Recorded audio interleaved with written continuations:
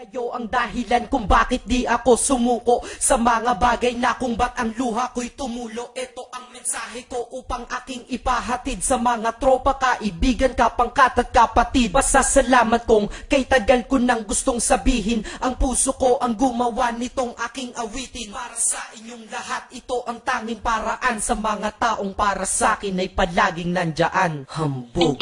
Kayo ang dahilan kung bakit di ako sumuko sa mga bagay na kung ba't ang luha ko'y tumulo. Ito ang mensahe ko upang aking ipahatid sa mga tropa, kaibigan, kapangkat at kapatid. Pasasalamat kong kay tagal ko nang gustong sabihin. Ang puso ko ang gumawa nitong aking awitin. Para sa inyong lahat, ito ang tanging paraan sa mga taong para sa akin ay palaging nandyan. Upang ako'y mabigyan ng kalakasan ng loob at manatili na nakatayo at di patataob na kahit na anumang pagsubok na nagdadatingan. Di ako takot pagkat alam kong may malalapitan. Pag ako ay mayroong problema na dinadala, akala ko ako'y nag-iisa, ngunit hindi pala. Alam nyo ba kung bakit?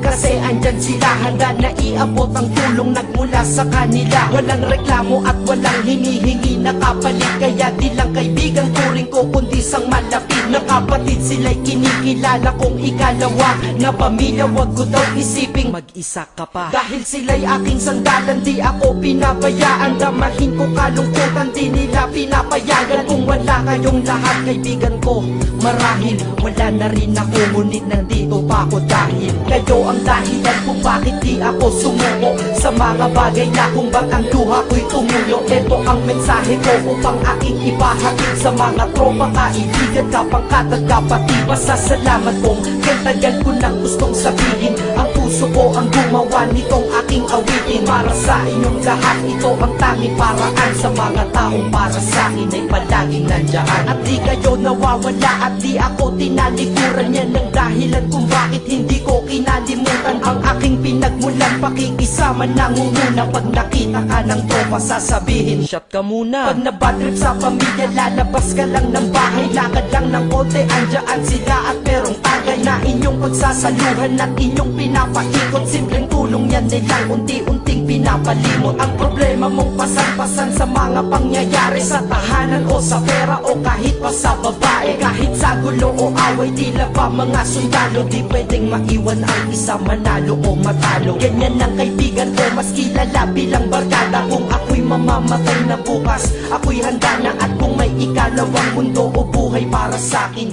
sana magiging tropa ko kayo pa rin. Kayo ang dahilan kung bakit di ako sumuko sa mga bagay na kung ba't ang luha ko'y tumulo. Ito ang mensahe ko upang aking ipahatid sa mga tropa, kaibigan, kapangkat at kapatid. Pasasalamat kong kay tagal ko nang gustong sabihin. Ang puso ko ang gumawa nitong aking awitin. Para sa inyong lahat, ito ang tanging paraan sa mga taong para sa akin ay palaging nandyan. Kaya ako'y kontento na dahil kayo'y naging parte ng buhay ko. Sa kabutihan nyo, paano ko gagante? Magtatawagan ng mga tropa, kita-kita lang sa kanto. Pagkatapos didiskarte ng pitselyosi at baso. Papaikot ang sombrero para mag-ambag ang tropa. Kahit 20 pwede na, basta lamang makatoma.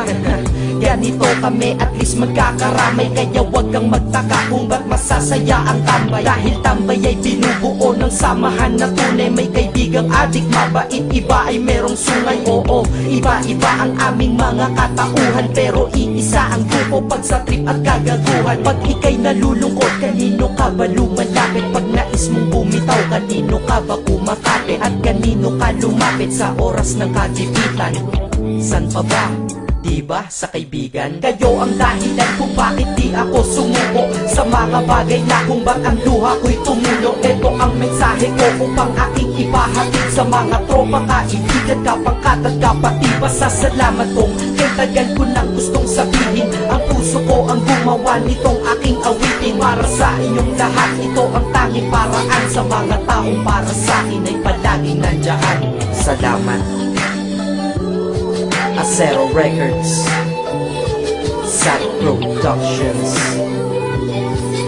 hambog ng Sad Pro Crew.